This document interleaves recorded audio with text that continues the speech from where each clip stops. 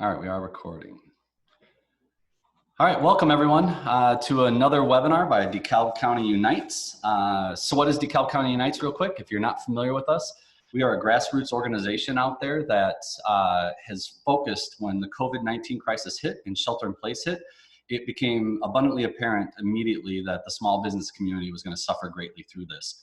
So what we decided to do is a bunch of us came together, and a bunch of us meaning people from Northern Illinois University, from the private sector, the nonprofit sector, elected officials, people that work for government agencies, just a whole cornucopia of different people representing different organizations within our community.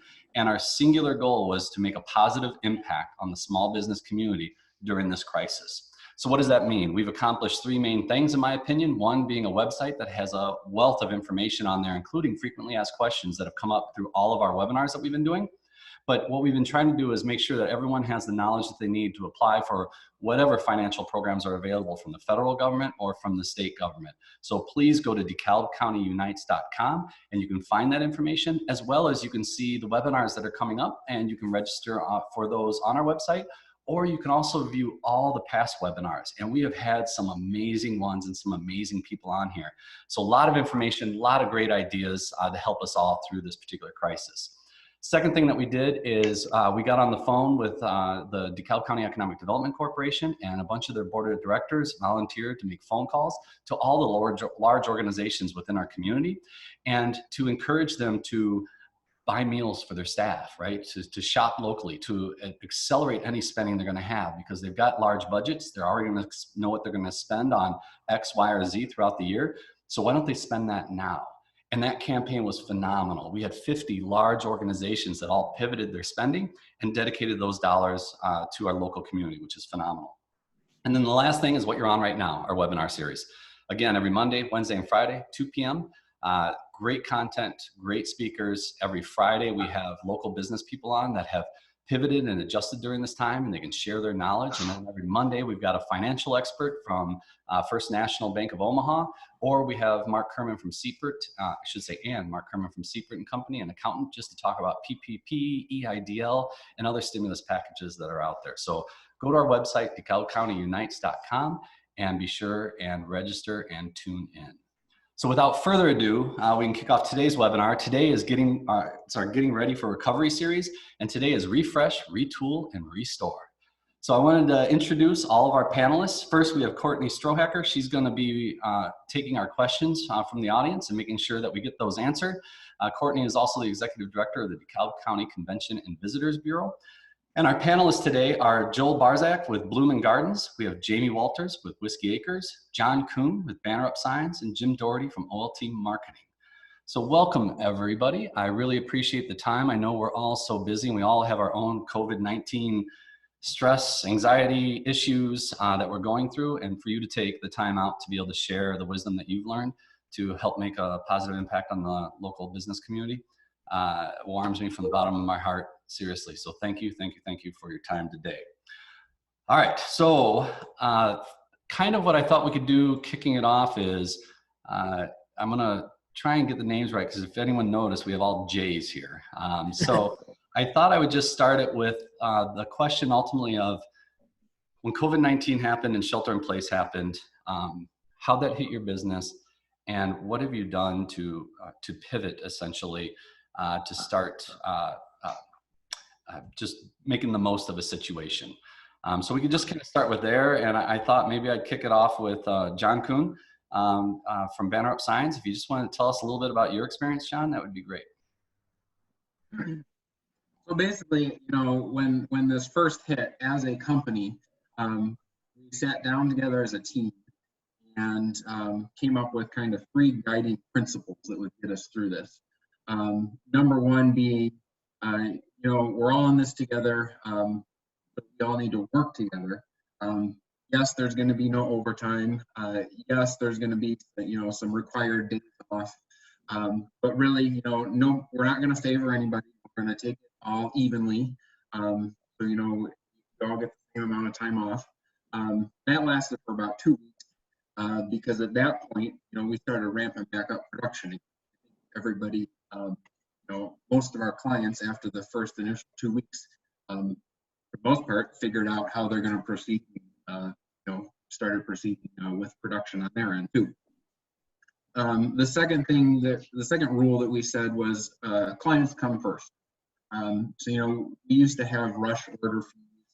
We used to tell clients that, it's going to take 3 to 5 or more business days to get stuff out. Basically, we said, okay, let's get stuff out as quick as we can, get it into their hands so they can be making money, so they can have an appearance out in the public. And so, that became kind of our, I guess, one of the guiding principles. And it's kind of humbling too, because, as you get in a rut after, 10 years, and I've been doing this for longer than that, but, you start doing it so long and you just get in a routine. So it's good to shake it up a little bit, and people are more sociable nowadays too, I think, because they have more time on their hands. And then thirdly, we absolutely changed the way we're doing receivables. So, before we'd have a lot of people pay on terms, and then roughly 75% of people paid on terms, and the other 25 would pay right away. Well, pretty much we deleted terms, and everybody pays as you go now, because we're not going to get stuck. If somebody falls on hardship and they haven't paid their bill, then it's on us. We had to position ourselves, to be in a good monetary position. So we're in the process of switching processors, credit card processors, to do online payment. So now when we email clients an invoice, they can click a link and just simply enter their credit card information online. Awesome. And for those of you that just joined, which is a whole bunch of you, if you want to ask questions of the panelists, any question at all, but we'd love to keep it more towards how did they pivot during the shelter in place and the COVID-19 crisis. That would be great, but by all means, just ask any question. Move your mouse down to the bottom of your screen. You're going to see a Q&A button. Just click on that, type in your question, and Courtney will make sure that we get your question asked and answered. So next, Jim, you want to tell us a little bit about what happened, how it happened to you, and what you've done to pivot?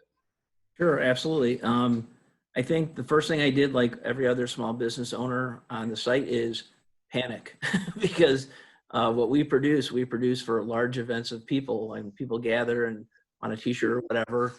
That's what we do. So suddenly thinking there's not going to be any of the things that people typically use our items for made me start to rethink after the panic.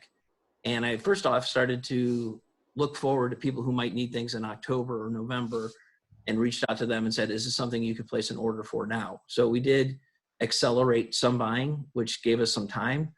And then I think the humility that Jon just mentioned kind of kicked in, where I'm like, okay, this can't be about what's good for OLT. This has got to be what's good for the customer.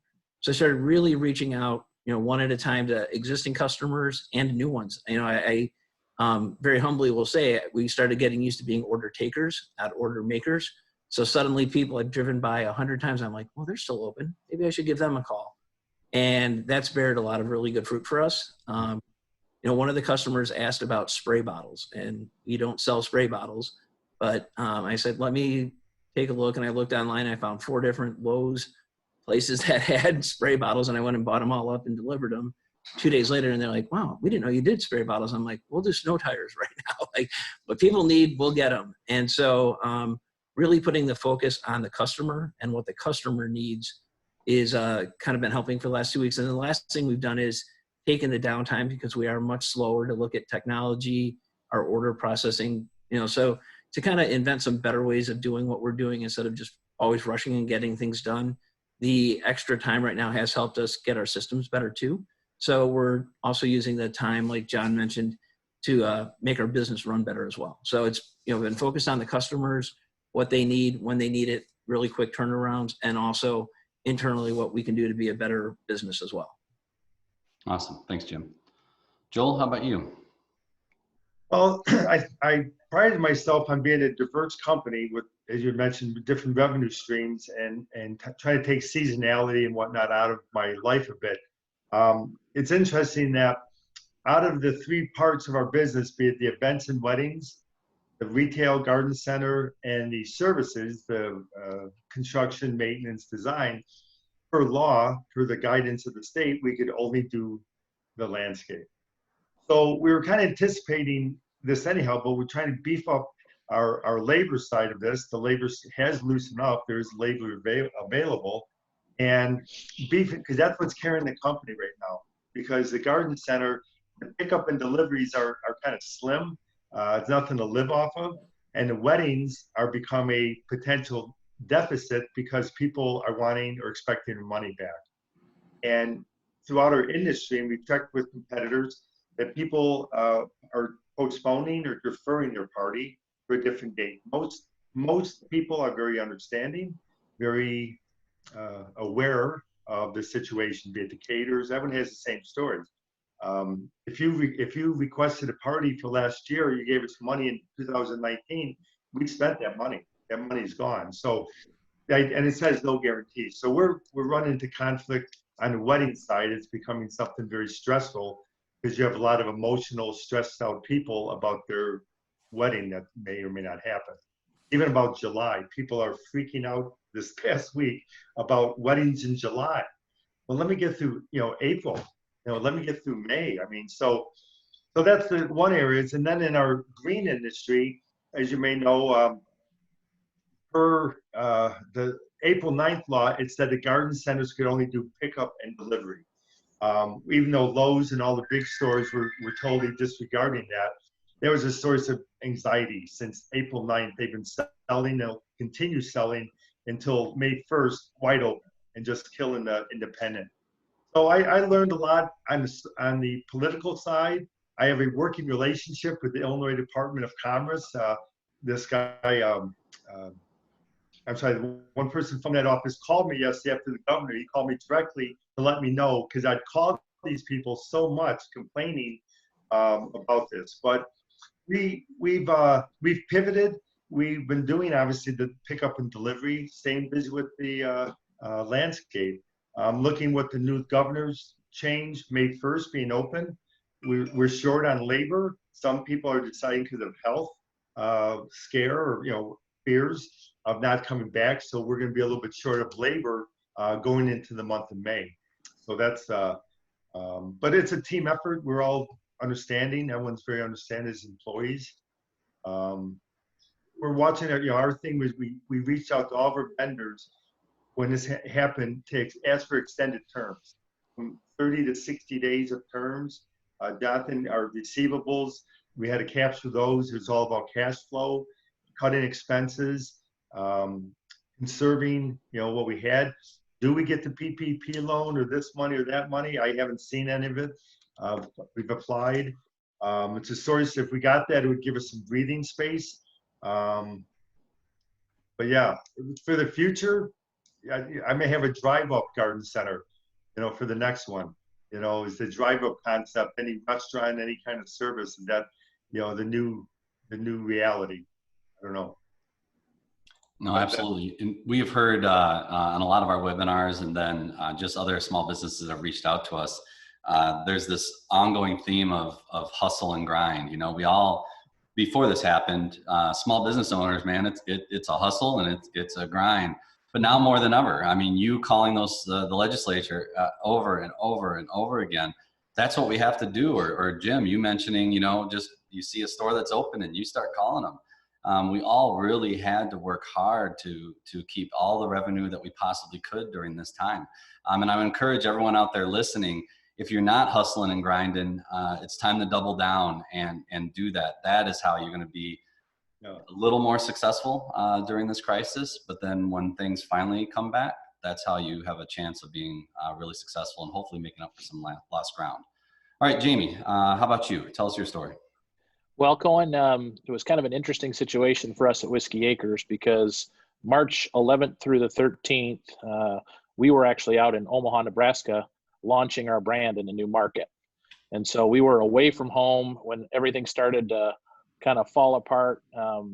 We're, rapidly trying to adjust with everybody back home. And we proactively, actually, on the drive back on the 13th, we decided to go ahead and close before the governor actually put the stay-at-home order in place, just out of an abundance of caution for our employees and for our customers. You know, we're concerned in our kind of business. You know, our bar staff is a vector for a lot of different things, and we just wanted to be cautious on that. So we were ahead of things a little bit there, and immediately on the drive back from Nebraska, you know, you got a 6.5-hour drive in the truck, and we started talking about what can we do. You know, what can we do to be creative? And we had this idea to start making hand sanitizer. For those of you that may not know, hand sanitizer is basically alcohol. It's a little bit of other ingredients, glycerin, hydrogen peroxide, some purified water. But we had the means with the ethanol that we are making here for our spirits to instead of making booze, we could make hand sanitizer. And so we thought that would be a nice thing to be able to do for our local community, for our first responders, our healthcare workers, and we kind of hit on that with the idea that maybe we could make this stuff. Well, you know, again, during 6 hours, you have a lot of time your passengers over there, you know, researching and looking, and it quickly became apparent that was illegal for us to do that. So the first thing I would say in this thing is don't take for was kind of critical in the phones, and there were other distillers like us that had this same idea. And so through our trade organization and through some of our contacts, we were able to start lobbying the FDA and the TTB, that's who regulates us, the Tax and Trade Bureau, to allow us to take our beverage alcohol and turn it into an industrial product.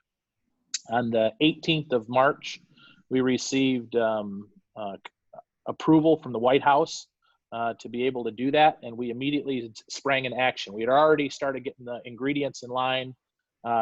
As I think somebody else mentioned, getting spray bottles was a critical thing. So we had reached out and had several thousand of those on their way, and we started making the hand sanitizer. The frustrating thing for us is about every 2 or 3 days, the FDA was changing the rules. And so that's another thing I would add.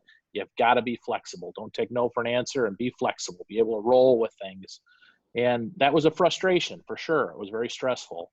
Eventually, we actually had to get some help from our local Congressman Kinzinger, and we went directly to the Vice President's office. So we were put in touch with that office, and they were able to get some rules changed again to stabilize kind of the ingredient list that we were all to use, and we started making sanitizer in earnest. The first week, we made 150 gallons of hand sanitizer and donated it to the local hospitals and first responders. The second week, we ramped it up and made 1,000 gallons of hand sanitizer, and we started selling a little of it. We were making enough of it now. We were getting approached by some accounts to purchase it. This was a great opportunity for us to maybe keep the lights on and keep our employees busy. And one thing led to another, and we completely pivoted, and we're now producing over 1,000 gallons a day of hand sanitizer, and will continue to for weeks on end. At the same time, we've repurposed our team here so that we're running on 2 fronts. We're still making bourbon. We're down to a single shift instead of 2 shifts. But you know, our concern is making bourbon. It's the product that we need 4 or 5 years from now. So if we stop making it today, we won't have it later on when we're going to need it. So we shifted, and we're running a single shift doing sanitizer and a single shift doing bourbon. A couple other key things that we did. I think, you know, somebody else mentioned in the decision-making process for us, it was first of all to put our customers first, you know, and their safety was paramount. And followed closely behind that was our employees. You know, we thought it was very important to keep them healthy and safe, and also make sure that they were taken care of. We've got about 22 employees here. About a third of them are full-time. The rest are hourly. The first thing we did is kept all of our full-time employees on the payroll. And the next thing we did is all of our hourly employees, while they were effectively home because we had to close to the public at that point, we said, what do you need? And we offered short-term emergency loans to any of them that were in need. And then we said, as soon as we can get you back to work, we'll try to do that. And we've brought them back in now to help make some of the sanitizer. The other thing that we tried to do quickly is identify where those pinch points were going to be. You know, whether it was sourcing bottles, the supply chains were so interrupted. It was very frustrating. We had to really forge a lot of new relationships with a lot of people. And per year, it was tricky. So then once everything's kind of rolling now, you know, then what's the next thing you do? Well, it was to market our success. And I don't mean our economic success, but the fact that we were pitching in, that we were helping, you know, we're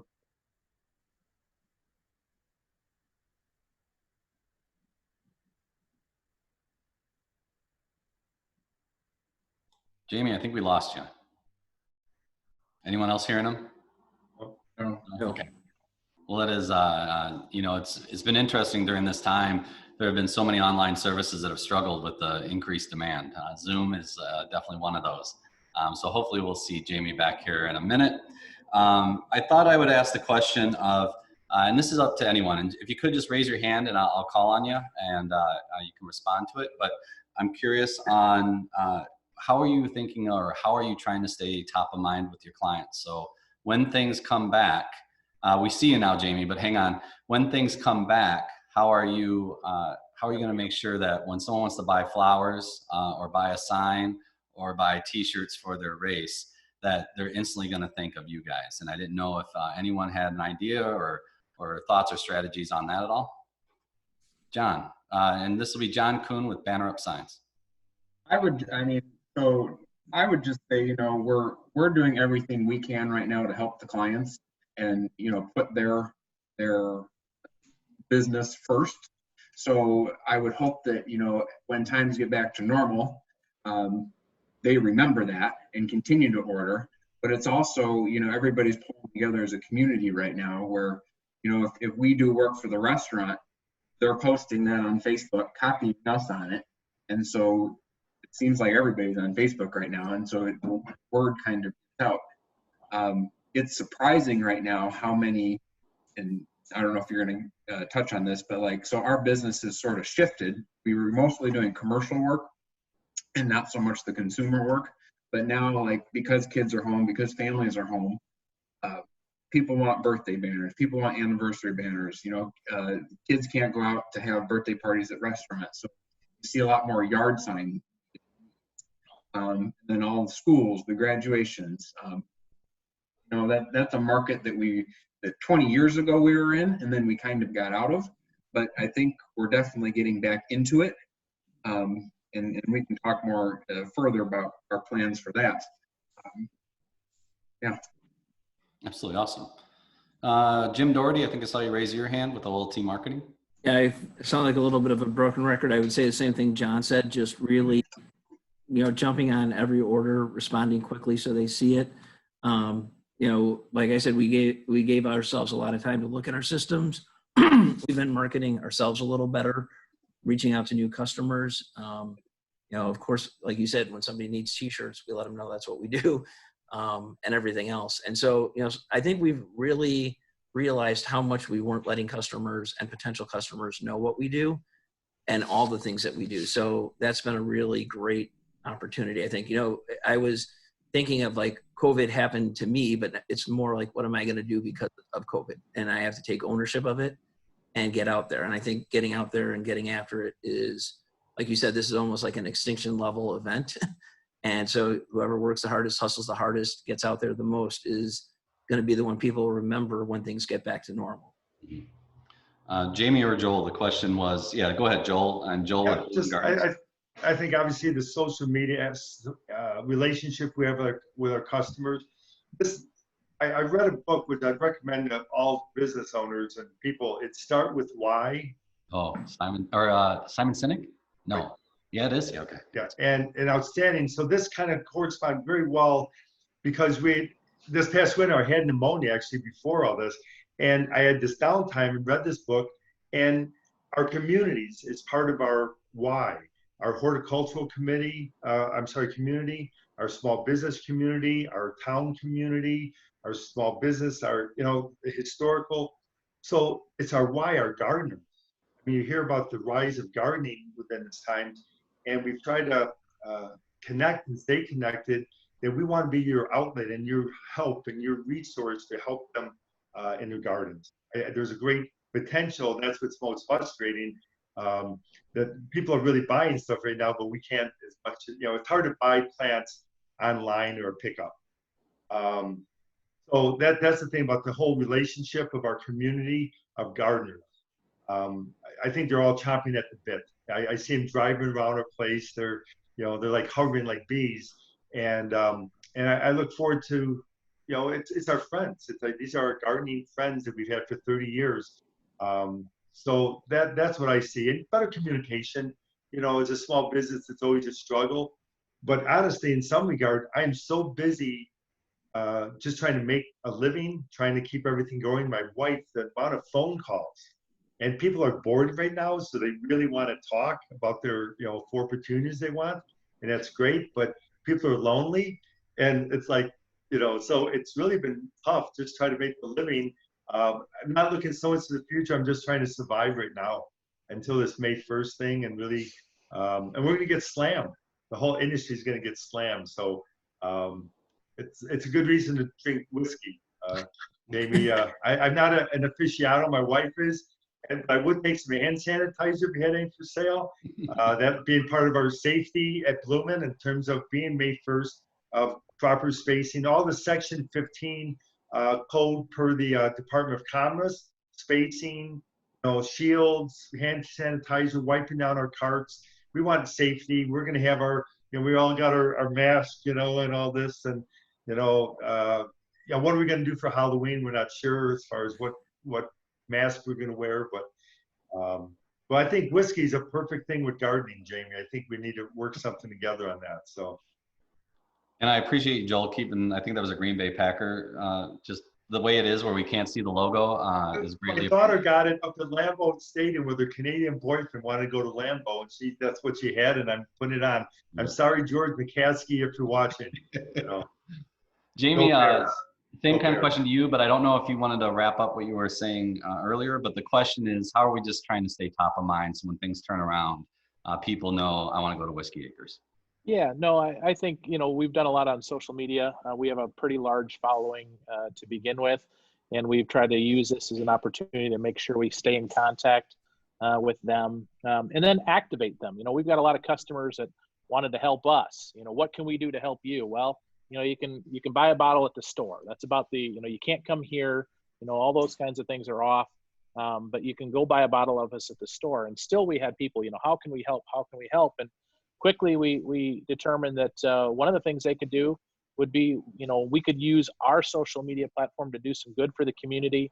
And so we teamed up with the Melissa Gorbitz's group, the Taking Care of the Caretakers, and started raising money. We had our gals on the assembly line here for the hand sanitizer. It's an all women team pretty much. And they came up with this kind of Rosie the Riveter logo and t-shirt, and we started having them made at Tees for DC. You guys are, I'm sure, familiar with that, with the DeKalb Unites group. And I think they've sold close to 400 of those t-shirts through them and raised money now for, we've raised about $5,000 for the Taking Care of the Caretakers, as well now as for the Northern Illinois Food Bank. And so, by activating customers, helping them feel like they're part of the solution, I think that's important. And it's also has the added bonus of being good for our brand. So those are the kinds of things. Awesome. And going back to really quick before you dropped off, when we were talking about the hustle earlier, and you were mentioning about how the FDA, you weren't able to sell your hand sanitizer. I was on the call where Jamie's talking directly to the state rep. It was the DeKalb County government took on this call, and everyone came on to express any issues or frustrations they're having. And Jamie was out there hustling it, right?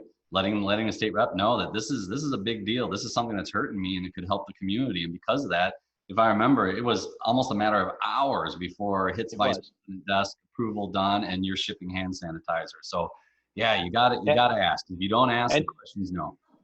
And the other part of that, Cohen, is you never know where that's going to turn. I mean, very quickly we got in contact with the vice president's office. They solved the problem for us. And in a matter of days, we received a call back from the president of United Labs, who was at the behest of the vice president reaching out to us to secure hand sanitizer for the Secret Service. And so now they're one of our bigger clients. And so you never know where those kind of weird relationships are going to come from. But to your point, you got to hustle it. Yeah, absolutely. Courtney, we got some questions out there, right? Yeah, actually, Jamie, while we're on you, there's a question from Matt Duffy. Will you be in the position to offer hand sanitizer to local businesses now that the need is going to be greater?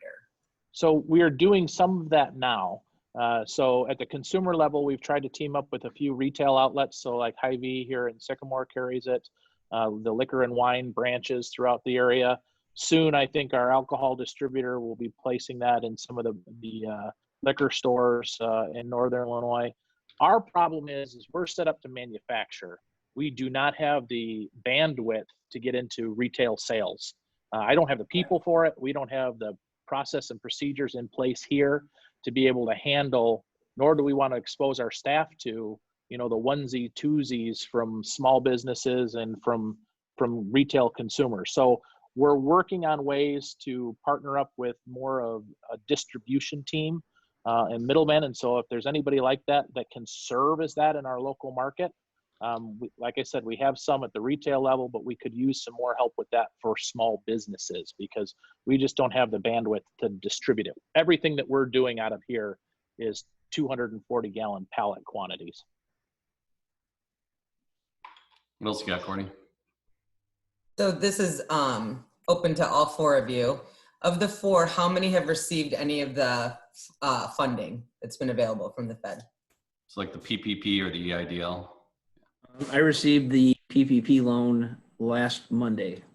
And again, that was the kind of thing that a local banker working with them, oh, Jim, you missed the date here. You forgot an initial here, like that, kind of relentless, like the dog with a bone that I wouldn't let go of. And Frank Roberts helped get it done. So I'm grateful for that. You know, that I think you have to really ask for an expert to help you on these things because they're not automatic. And so getting the local help from a local banker is a really great idea.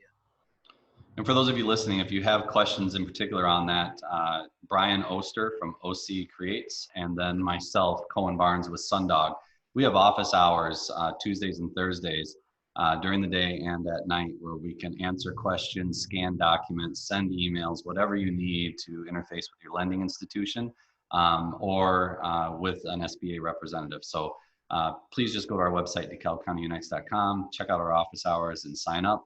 We're talking to people every single day, so you're not going to be the first one to call and ask us a question, whether you even have applied at this point. It's worth having a conversation with us.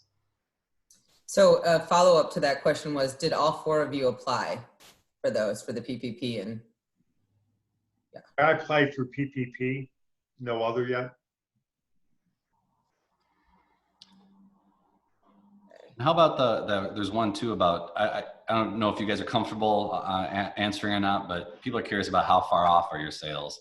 I know we had Jeff Dobie and Bill McMahon, Jeff Dobie from Fatty's Bar and Grill and Bill McMahon from the Lincoln Inn and Ferranda's Banquet Center on, and they were talking, they're at 10% kind of thing. I think the root of the question is someone wants to know if they're, you know, doing horribly or if they're in it with a bunch of other people. So I don't know if anyone would share where your sales are at from a percentage standpoint. I don't mind saying we're about 25 to 30% of normal sales. And I can volunteer that we break our alcohol, I'm talking about our spirit sales, really into two different divisions.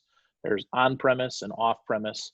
Off-premise would be your retailers, your grocery stores, et cetera. Those sales are actually, they dip pretty sharply at first, and then they're climbing back pretty well.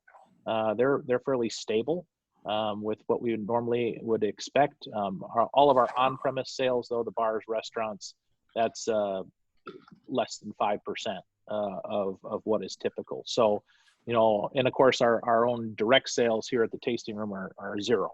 So, you know, overall, it's down, but then again, the hand sanitizer in our kind of case is more than making up for that.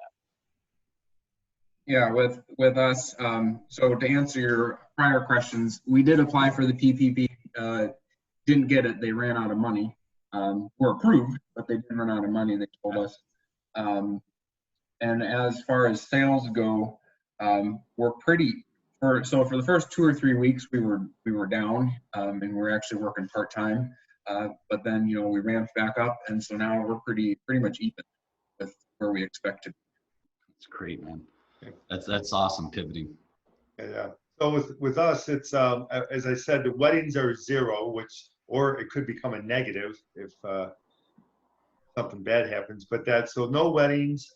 The garden centers probably 20%, but hopefully May 1st that will change. And the services side is maybe a little bit up compared because we have more additional labor to get more men out, more billable hours. So, but it's the wedding that we haven't showed a wedding. There's nobody even looking at wedding spaces now, and we're really kind of concerned about the longevity of that business model. It's going to take a while for that to recover for sure. And Jamie, there is someone that wants to talk to you about the sales channel opportunity. I'll put you two in contact after this webinar. Great, thank you. Yep. How about since it's 2:36, I didn't want to wrap things up without going into any thoughts on what your business is going to look like after all this, how it was infected by COVID-19 crisis and shelter in place, and what are you going to be doing now going forward that you weren't doing before it started? I know we've kind of covered some of that, but I thought I'd give everyone an opportunity to address that. This time I'll start with Joel from Blumen Gardens, if you want to talk, Joel. Well, I think obviously just to there's some things we cannot do. I mean, if we're going to continue having the retail garden center, is to adhere to the strictest safety protocol.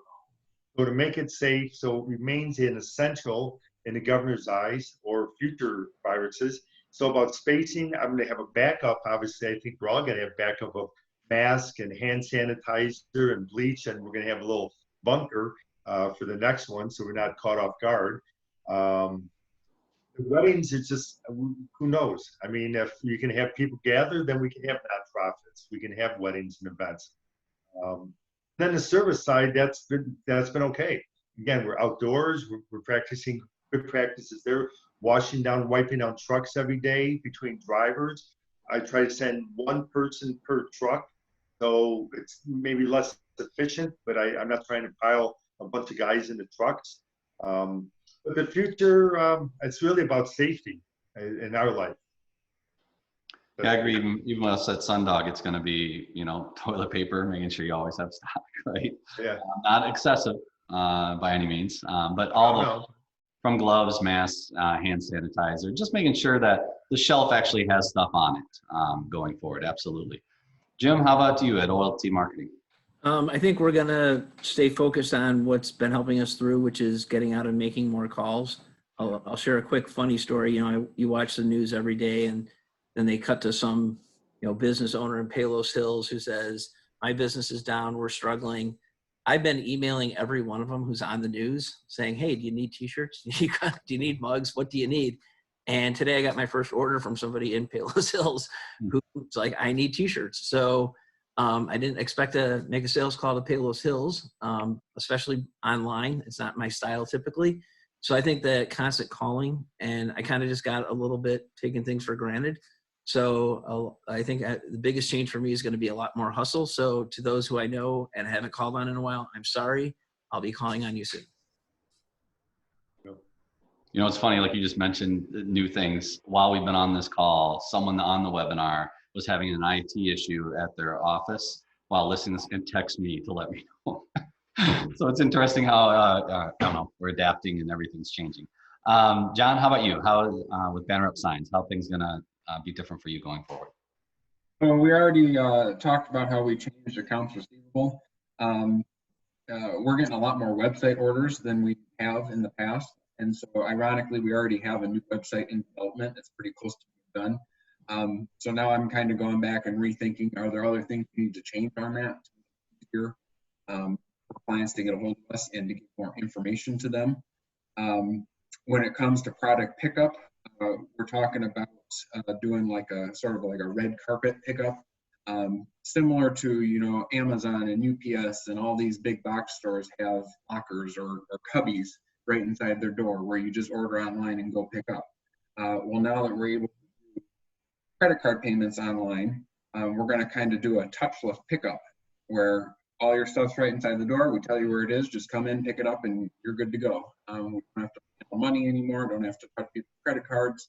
We're more of a kind of keeping your distance, but yet servicing the client. Brochures, I mean, I know that's kind of an old school thing, but you know, if one or if 10 different clients ask the same question, we're developing PDF documents, brochures to say, okay, here's the answers. You know, we've been in a customized industry where I always thought brochures really didn't do much, but if we get you to answer, or if we can answer 75% of the questions to kind of guide them along, and then customize the last quarter of them, you know, it saves us time and push more volume through with less people.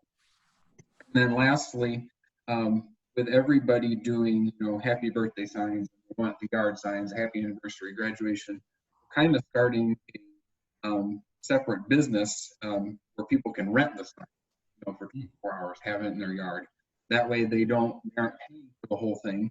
They're using it, they're surprising their kids, surprising their spouse, and then they just give it back. So, you know, a month ago, never thought we would have been doing that, but there's clearly a high demand at this point for them. You know, I keep talking about the kind of themes, and one of them we see a lot too is that whole with adversity, there's opportunity. And we've heard that over and over again by a lot of small businesses that, you know, have that hustle and grind, but have figured out, you know what, there was a market or a way I could deliver the service I've always done that I never thought of before, and there's an actual need there. So new revenue streams are definitely being born through this, which is just awesome. I mean, that's the American dream. That's entrepreneurship at its core, which is cool to hear those stories. How about you, Mr. Walters from Whiskey Acres? So really, you know, two different tracks really on the sanitizer side of things. We did receive emergency authorization yesterday or the day before to extend our production capability. Originally, it was going to expire at the end of June. They've now authorized us to produce through the end of December. I don't know if I hope that we do or not, to be honest with you. I hope we put this all behind us.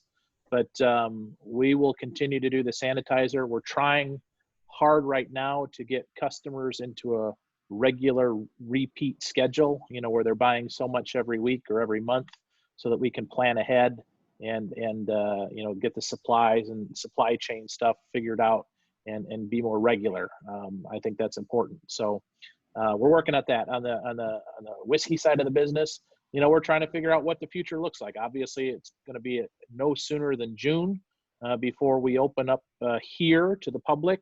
When we do, we'll probably be somewhat conservative about opening up again, just like we were fairly conservative on closing down. And we'll make sure our employees are well prepared for that. We're trying to figure out how we can do additional things here on our facility to promote social distancing within groups, because most people come with a group of family or friends, and they probably would prefer to stay together. So we're going to look to see, we've got a lot of space outside. Maybe we can create some pods and areas where people can congregate away from each other, do some of those kinds of things. And then we'll continue to ramp up the marketing out in the field for our bourbon and our rye products. We were supposed to have launched our big bottled and bond product offering on April 4th. That had to be postponed. So once we're comfortable, we're kind of excited about, launching that. We're just kind of careful what we wish for, because when we do typically launch those things, we get big crowds and lots of people. So we're, it's a catch-22 where we want that, but we don't. So we're not quite sure how we're going to handle that yet. We're figuring it out. Awesome. We did get a question, and it's pertinent from the standpoint of next Friday, I think it is when we're going to have John Mac Orchard, the Forge Brewery, and Byers Brewery on, who formed a coalition working together to increase sales by having a delivery service that they do for each one of their products. The question is, do you have, or do any of you have any other businesses that you're partnering with right now? So I'm just kind of curious about that too, because I love hearing the stories if they are out there. Have the four of you at all worked with another business to try and be successful, or maybe no? Real quickly, we provide things for being handed out at expos, at the chamber events. And so a lot of people have had things that they want to give out, but they have no way to give them out, no golf outings and the like.